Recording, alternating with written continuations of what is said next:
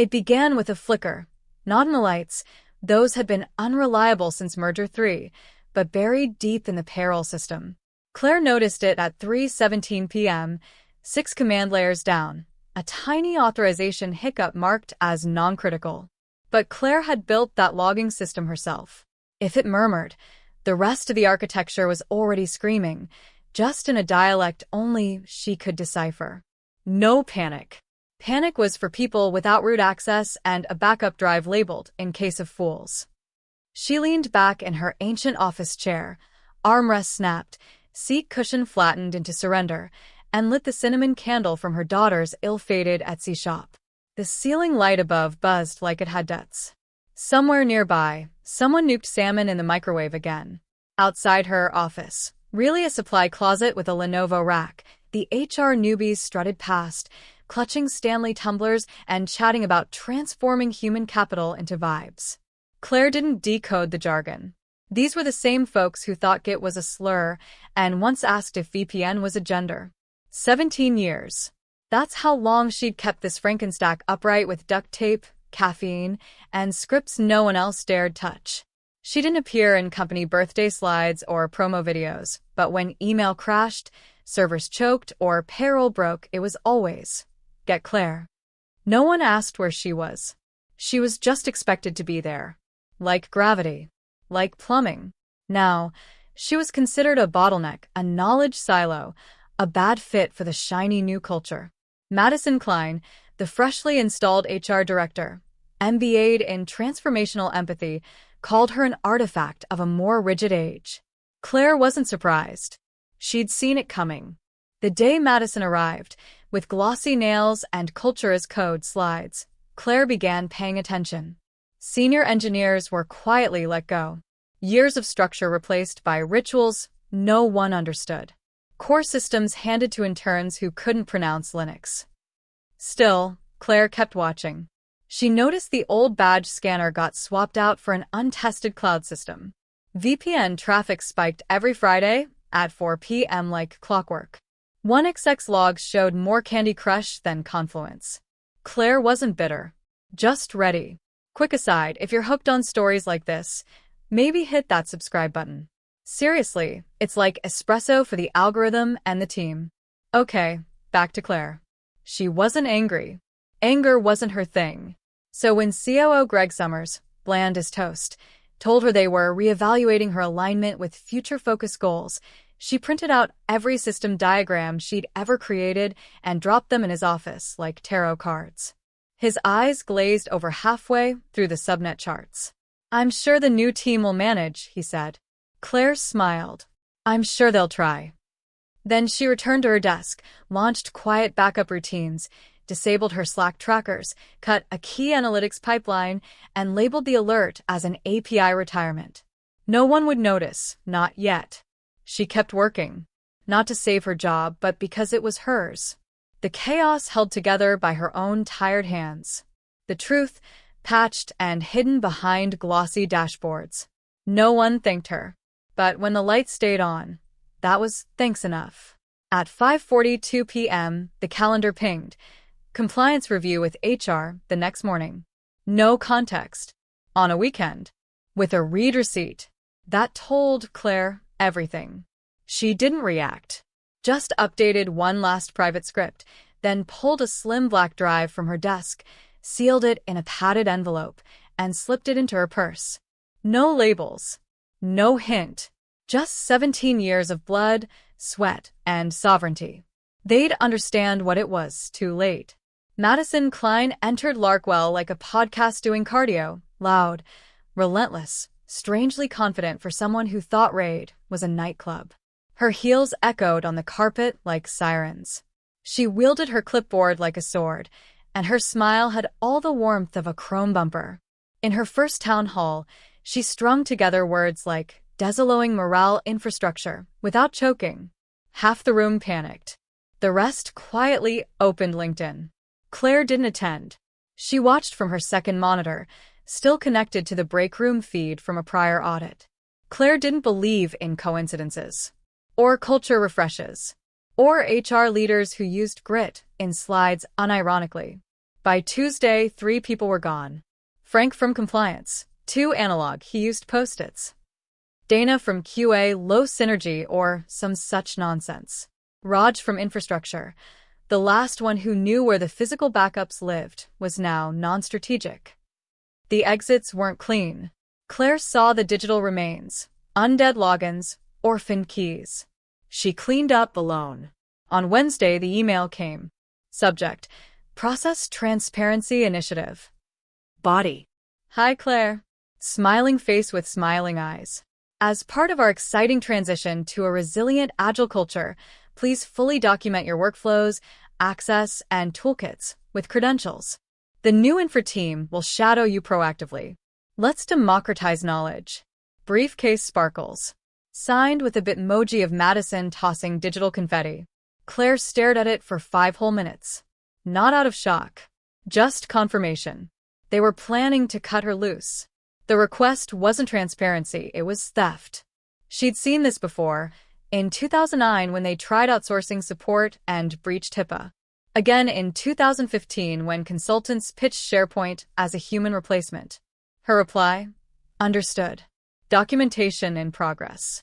ETA Friday. Then she opened a terminal window. She reviewed her contingency folder. Backups, encrypted. Tokens rotating. Root scripts, stored on an air-gapped device called Cerberus.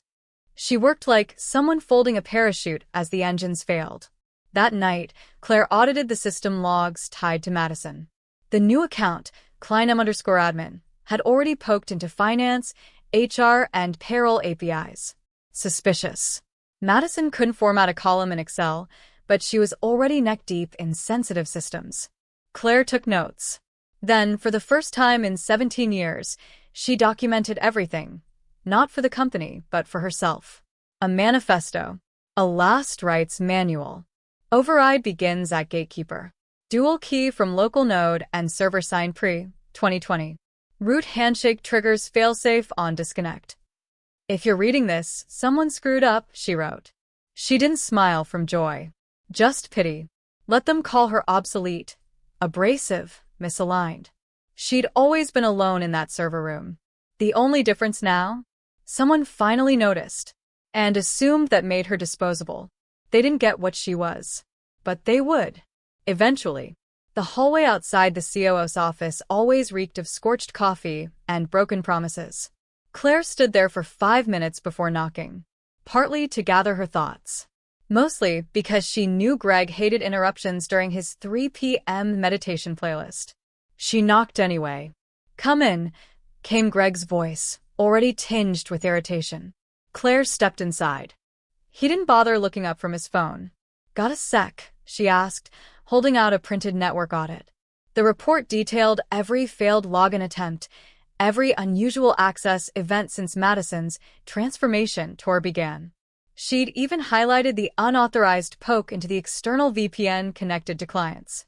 Greg finally lifted his eyes, squinting, the glasses he needed still perched uselessly on his head. Claire, I'm buried. Can we make it quick? She laid the report on his desk. Madison's making changes she doesn't understand. She's already compromised part of the payment stack. If this keeps up, it won't just be data loss. You'll lose client trust. This isn't about resisting change.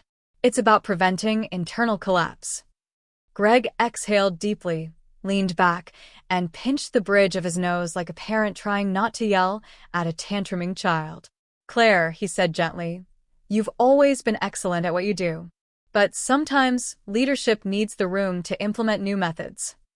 She didn't respond. We can't block progress just because it feels unfamiliar. Madison has a strong direction, and the board's support. It's nothing personal. It's just time to shift.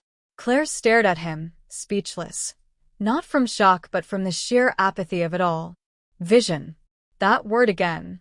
Madison, who thought two-factor authentication involved packing a charger, was the future? She'd seen this act before. The hollow empathy. The passive management dressed up as innovation. Greg wasn't going to defend her. He wasn't even tuned in. His gaze drifted back toward his phone, likely browsing Slack threads filled with emojis and motivational hashtags. Got it, she said and left. No door slam. No dramatic sigh. Just a walk back to her desk, where she began the real shutdown, not of the systems, but of herself. 22 minutes later, her inbox pinged. Subject: Compliance Review. No message body. No signature. Just a link. A time. 10 minutes from now. She already knew. When she joined the call, Madison was waiting, flanked by an HR rep holding a laminated policy booklet and the moral elasticity of a coat hanger. Hi, Claire. Madison chirped like a game show host. Thanks for joining on such short notice. We just wanted to have a quick check-in around some compliance and culture concerns. Totally standard. Claire said nothing. Madison powered forward. We've observed some trends around information hoarding. It's, well, not quite in sync with our new values. There's feedback that you've resisted knowledge sharing and, in some cases, maybe purposefully limiting documentation. Claire raised an eyebrow. From whom? Madison blinked, slightly thrown. Oh, you know we can't reveal internal sources. But there's a perception that you're operating with a territorial mindset. We need our systems and teams to flow, not clog. Interesting metaphor, Claire replied, deadpan. Madison forced a tight laugh. This isn't about pointing fingers. It's just your practices are a bit pre-cloud. And honestly, the energy you bring doesn't quite match our emotional fluency goals. Claire turned off her camera. Madison cleared her throat awkwardly. Okay, so we'll be moving forward with the transition. Effective immediately, you'll receive a severance. Quite generous, actually. Please pack up by day's end. Then, the final sting, sweetened with condescension. Clean your desk, sweetheart. That word. Sweetheart. Like she was a diner waitress who'd messed up an order, not the sole reason payroll hadn't imploded and the building still had electricity. Claire didn't react. She clicked Leave Meeting. Logged out. Pulled the Ethernet cord from her tower. Then, from her desk drawer, she retrieved a small matte black drive tucked inside a hollowed-out Windows 95 manual. Root Authenticator. The pulse of Larkwell's infrastructure. No one else knew it existed. No one else even understood what a handshake protocol was. She slid it into her bag like lip balm, grabbed her cinnamon candle and coffee mug and walked out. No farewell emails. No HR escort. Just the crisp click of boots echoing down tile. As the elevator doors shut, Claire glanced at the security camera in the corner and gave it the subtlest smirk. Let them reboot. Let them reset, resecure, re-authenticate. They'd just fired the only person who knew where the bodies were buried. And they were standing on the graves. She didn't go home. That had become a rented shell where the AC wheezed like it had emphysema and the neighbors grilled raccoons.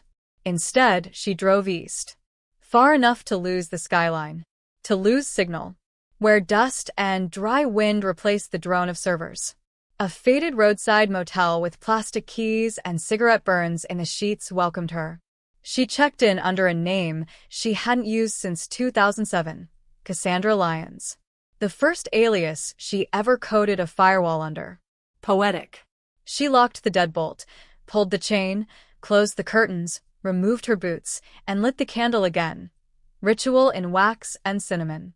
Then she pulled the old ThinkPad from her emergency bag, the one for when things caught fire in both code and contracts. Power on. Fan spins. Barebones Linux distro boots, one no one else had access to. She linked into her private node, a solar-powered off-grid server built in a remote shack during a prior audit scare. It blinked to life. Claire watched. 3:12 a.m. login attempt from Larkwell HQ. Madison's credentials. Financial dashboard. Denied. 3:13 another try. Backup HR access. Denied. 3:15 system triggers reroute. Protocol flags the endpoint. Claire's. Red flash. Unauthorized redirect. Gatekeeper failsafe active. She smiled. Not smug. Not spiteful. Just quietly, deeply satisfied. 17 years of being overlooked, wrapped up in 2 weeks of being erased. Another alert. VPN tunnel flagged. Internal mobile device. IP locked. MFA failed. Then the dominoes. CRM enters read-only. Internal chat system locks out anyone without biometric verification. Only Claire could update that. Payroll enters a timeout loop. A dead thread in the authenticator chain. 5 compliance alarms would be sounding before dawn. She hovered over the keys. Didn't type. Just watched. The system wasn't sabotaged. She didn't plant malware. She didn't even pull a trigger. She walked away. And her system, a living structure built on trust and tactile knowledge, began to unravel. No blueprints. No documentation. A cathedral in code, and now the architect was gone. 4:02 a.m. Slack explodes. The night dev team is scrambling. Trying to reboot cloud proxies. System error. Certificate expired. System error. Certificate revoked by root. System error. Root authority at Monroe local not found. That one made her laugh. A single, sharp sound. By 4:37, dead links multiplied. Madison's modernization attempt was backfiring, spaghetti code trying to climb scaffolding with no foundation. Everything was calling home. But home had no forwarding address. Claire sipped tea from a flimsy motel cup. Bitter. Oversteeped. She drank it anyway. She could have crashed it all. One script. One nuke. But that wasn't her style. Claire wasn't the villain. She was the unplugged power supply. And now the rats were chewing wires in the dark, blaming each other for the sparks. She didn't touch the keyboard again. She simply watched calm, still. The woman who once held the wheel, now observing as the car veered into the abyss. By 7:46 a.m., help desk had melted down. Tyler, Tier 1 intern, 23 years old, who once asked if Bash was a birthday theme, was crying into a subway napkin. Support tickets piled up like body counts. Can't log in. Payroll broken. CRM missing data. CEO livid. Did Claire do this?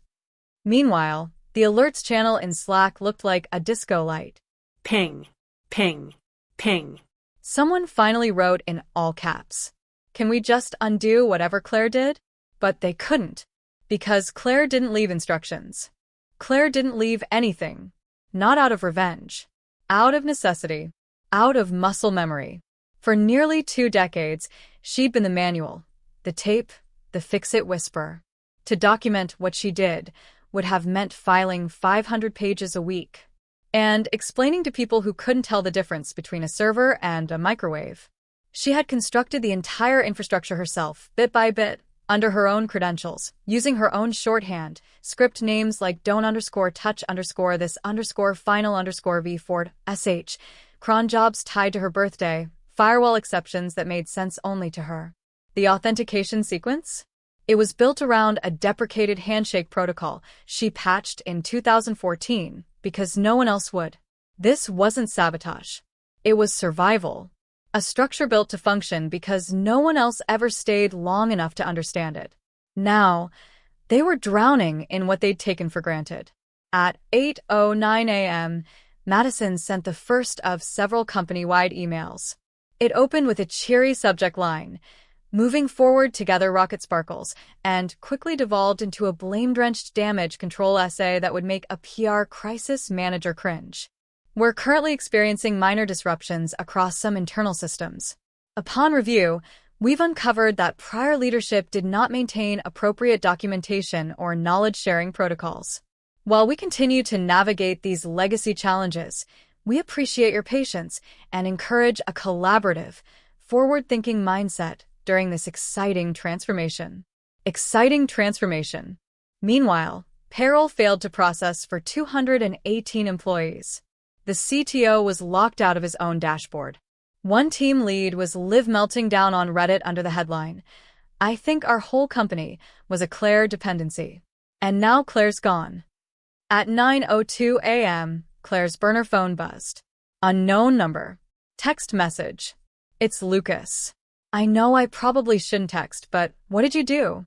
Lucas had been the only real friend she'd had at Larkwell, a back-end developer with a good heart, small-town roots, and the kind of loyalty money couldn't buy. He once spent 3 weekends with Claire rebuilding a custom crawler after a vendor went AWOL. He was the only one who had ever said, "Thank you." Claire stared at the message for a long moment. Then she typed, "What they told me to," typing dots. Then nothing. She didn't need a reply. Instead, she returned her focus to the logs. MFA daemons were caught in recursive loops. Database queries were timing out every fourth request. Someone had tried to bypass the root at Monroe_local flag with a spoofed token and accidentally bricked an entire server. Somewhere, some junior dev had just rebooted production thinking it was staging. She watched the chaos not with smugness, but with serenity. She had never asked for applause. She had never fought for a title, never begged for a raise, or even a company hoodie. She just held everything together. Now the bones of the system were cracking. She opened the motel's mini fridge and retrieved a yogurt she didn't even remember buying. Peeled it open. Took a bite. Cold, tasteless, but sufficient. Rome was burning, and this was breakfast. And across her lips, the faintest smile appeared, not from revenge, but from clarity. They thought she was replaceable. Now they knew better. At 9:37 a.m., the call started. First an unknown number. Then the main office line. Then a blocked caller ID, panic coded into every ring. Her burner phone buzzed against the motel's scratched nightstand like a trapped insect. She didn't answer. Her tea was steeping. Her logs were singing. Her silence was now a weapon. By 10:11, they left a voicemail. "Claire, it's Greg. Hey. Hoping we can talk. Just want to clear the air. No pressure. Hope you're well. Call me when you can. No pressure." He sounded like a man calling AAA after ignoring every warning light for months. At 10:42, a jittery junior sysadmin named Benny found the thread that unraveled the whole sweater. He'd been digging through an archived YAML file titled syscore_autumn_legacy_v2_final_final_actual YAML. Why? Because the company wiki was utterly useless. The top 3 articles were 1. How to reset your password. 2. 3. How to request PTO. 4. 5. What is a firewall? 6. Bleary-eyed and held together by caffeine, Benny noticed a peculiar line buried in the override block. Root at Monroe_local protected_override. Click. Nothing. Encrypted. Sealed. No description. Just an unreachable node. He brought it to Madison. She read it 3 times and muttered, "Who the hell is Monroe?" That's when someone finally broke the silence. A senior dev with a beard that screamed insomnia whispered, "That's Claire. Claire Monroe." Madison's face went pale. By 11:17, legal was panicking. No post-termination access clause had been drafted. Claire had signed a basic NDA, but the infrastructure she'd built, the one they were now locked out of, wasn't covered.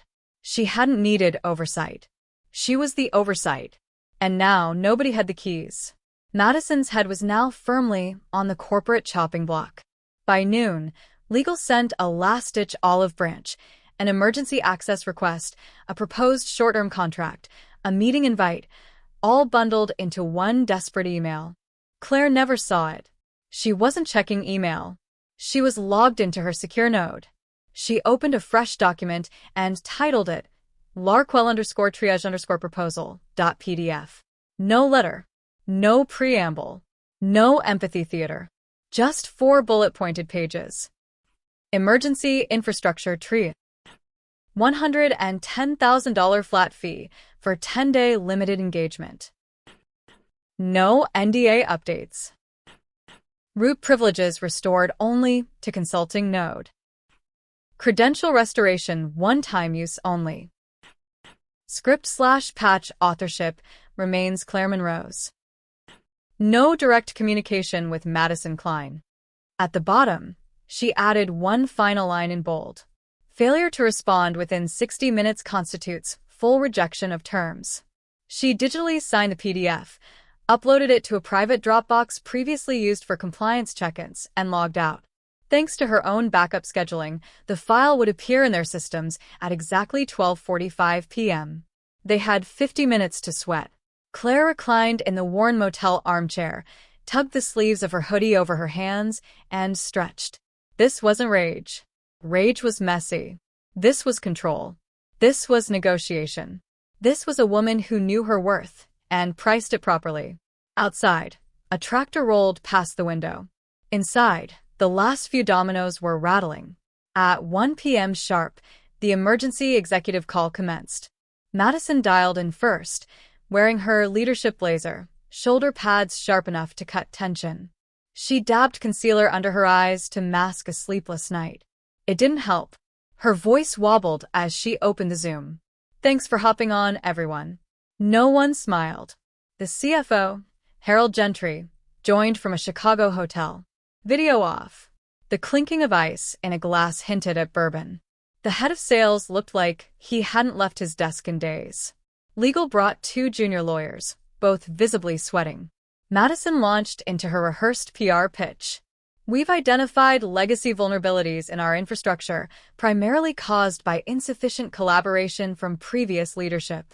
We're exploring remediation, including specialized consultants familiar with historical architecture."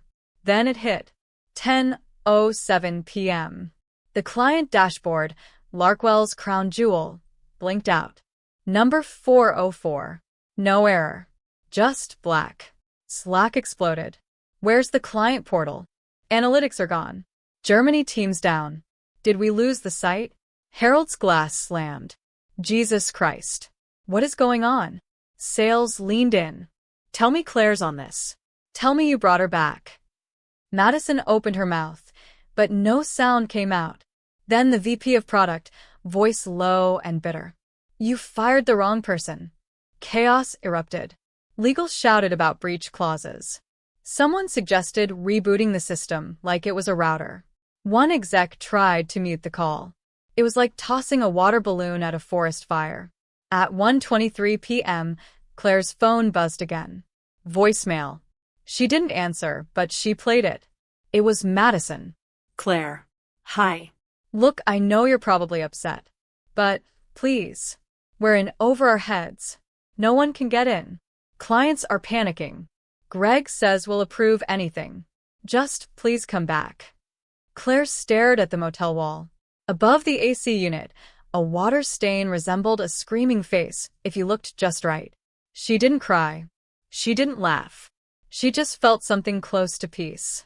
17 years of building, fixing, sacrificing weekends and sleep, all while being sidelined and ignored. Now, they remembered her name. Now, they begged. And it didn't feel triumphant. It felt empty. Because no one had stood by her when it counted. Not Greg. Not legal. Not the board. She mattered only when everything broke. Claire gently closed her laptop, set it beside the flickering motel lamp, and remained still. She didn't respond. Not yet. At 7:59 a.m., the sun crept over the Larkwell building like an executioner stepping into position. The lights were on, but nothing inside worked. Not payroll. Not portals. Not even the vending machine at Madison had insisted they modernize. The clock ticked down on the quarterly compliance window. 8 a.m. sharp. For one heartbeat, silence. Then a system-wide alert hit the inboxes of legal, finance, and the C-suite like a detonation. Filing failed. Deadline missed. Penalty assessed. $3,175,000.74. Attached to the alert, a detailed breakdown from their regulatory platform. Every line item, flagged red. Every timestamp, authentication error. And each one traced back to the original CLA-built infrastructure, now inert. Inside the elevator, CEO Mick Paxton, known inside Larkwell as PowerPoint Mussolini, was already mid-meltdown. He'd spent the entire night pacing his high-rise condo, barking out voice memos and threatening to call someone in D.C. No one knew who. When the elevator doors opened to the top floor, he stormed straight through reception, ignored his assistant, and flung open Madison's door so violently that her acrylic, empathy and action plaque clattered to the floor. "What the hell is happening?" he shouted. "Do you realize how many contracts hinge on-time filings? Do you know what happens when the feds see us miss 2 quarters back-to-back? Madison stood behind her desk, shoulders drawn tight. Her once flawless curls were scraped into a frenzied bun. Her blazer wrinkled, mascara smudged. I'm in touch with legal. We're drafting a... Mick slammed both hands on her desk. Who was Monroe? Madison flinched. What? He pointed to her monitor. The audit report still open. The phrase root at Monroe_local protected override was circled and annotated by 5 different teams. Who the hell is Monroe? Her throat dried. Voice barely audible. It was her. A silence dropped like a blade. Mick's eyes narrowed. Get her back or pack your things. Then he turned and left, the door still trembling on its hinges. Downstairs, legal finally received a long-awaited email. Subject: Engagement terms, Claire Monroe via Pradinalcum, forwarded by counsel. The body was short, professional, ice cold. Our client is open to a time-limited engagement with Larkwell Systems contingent on full agreement to the terms submitted previously. Full payment due in advance. All services rendered remotely. No contact initiated by or access granted to Madison Klein. Retention of intellectual property rights for all undocumented proprietary code authored by Claire Monroe. Attached, the same bulletproof PDF proposal they'd received a day earlier. No discount. No courtesy. Just a hard-edged invoice sent after the begging had begun. At 8:37 a.m., the CFO authorized the wire. No pushback. No negotiation. By 8:42, the funds hit Claire's holding account. And still, she didn't move. She sipped her tea, watched as wind whipped a torn plastic bag around the motel parking lot in manic little circles, like a ballet performed by trash. At 8:50, she finally opened her old ThinkPad. Logged in. For the first time in days, Larkwell Systems blinked, whirred, and sputtered back to life. She didn't say a word. She didn't need to. They had spoken loud enough already, with their chaos, their desperation, and their money. Now, she was the one setting terms. And silence was her megaphone. At exactly 10 a.m., Claire walked through the front doors of Larkwell Systems. No badge scan. No receptionist greeting. Darnell, the longtime security guard, simply stepped aside with a grunt and a low. About time. She wore black head to toe. Clean-cut blazer, crisp lines, not a single frill. Her hair was tied into a tight, sharp knot that said courtroom, not conference room. No laptop bag. Just a slim metal case in her left hand and 17 years of unspoken grit in her bones. She didn't stop at her old workstation. That had been picked clean after her exit. Probably reassigned to some intern named Skylar, who thought cron jobs were yoga apps. She had no interest in relics. She went straight to the boardroom. Legal was already there. 3 executives in press suits on one side of the table. One empty chair across. No sign of Madison. Andrea Voss, chief legal counsel, stood when Claire entered. Miss Monroe. Claire nodded. Saturday. She popped open the case. Inside, wrapped like sacred tech in an anti-static sleeve, lay the Root Authenticator, the final key to Larkwell's digital castle. Andrea pushed the contract across the table. Already signed by the CEO, CFO, and head of operations. A notary sat in the corner, silent and solemn like a priest officiating a shotgun wedding. Claire took the pen. No second read. She had written it. One clean signature. No hesitation. Then, she removed the drive, slotted it into the auxiliary terminal. Lights dimmed. Then glowed green. Across the office, systems blinked to life. Payroll restored. CRM unlocked. Compliance logs generated a retroactive timestamp within 32 seconds of deadline. Outside the boardroom, the office hummed like a beehive stirred from a long freeze. Slack pinged. Phones rang. Somewhere, a junior dev broke into applause. Claire stood. No speeches. No hugs. No victory posts with hashtags like #resilience or #comebackqueen. She walked into the hallway. And there, Waiting like a ghost of mistakes past, stood Madison Klein. Rigid posture, ashen face, clutching a branded notebook like it could somehow protect her. Claire stopped beside her, tilted her head slightly, enough to let her words land with surgical precision. "Next time," she said, eyes never meeting Madison's, "don't mistake silence for weakness." Then she walked. Madison didn't move. Not at first. She stood there, a frozen wreckage, barely breathing, like someone who had survived the crash only to realize the fire was just beginning. Eventually, she turned and reached under her desk for a box. Claire didn't see. She was already gone. Outside, the sky was dull gray. Her car idled quietly at the curb. She slid in. No radio. No calls. Just the soft hum of departure. Not in anger, but in certainty. They had never listened, until the silence cost them everything.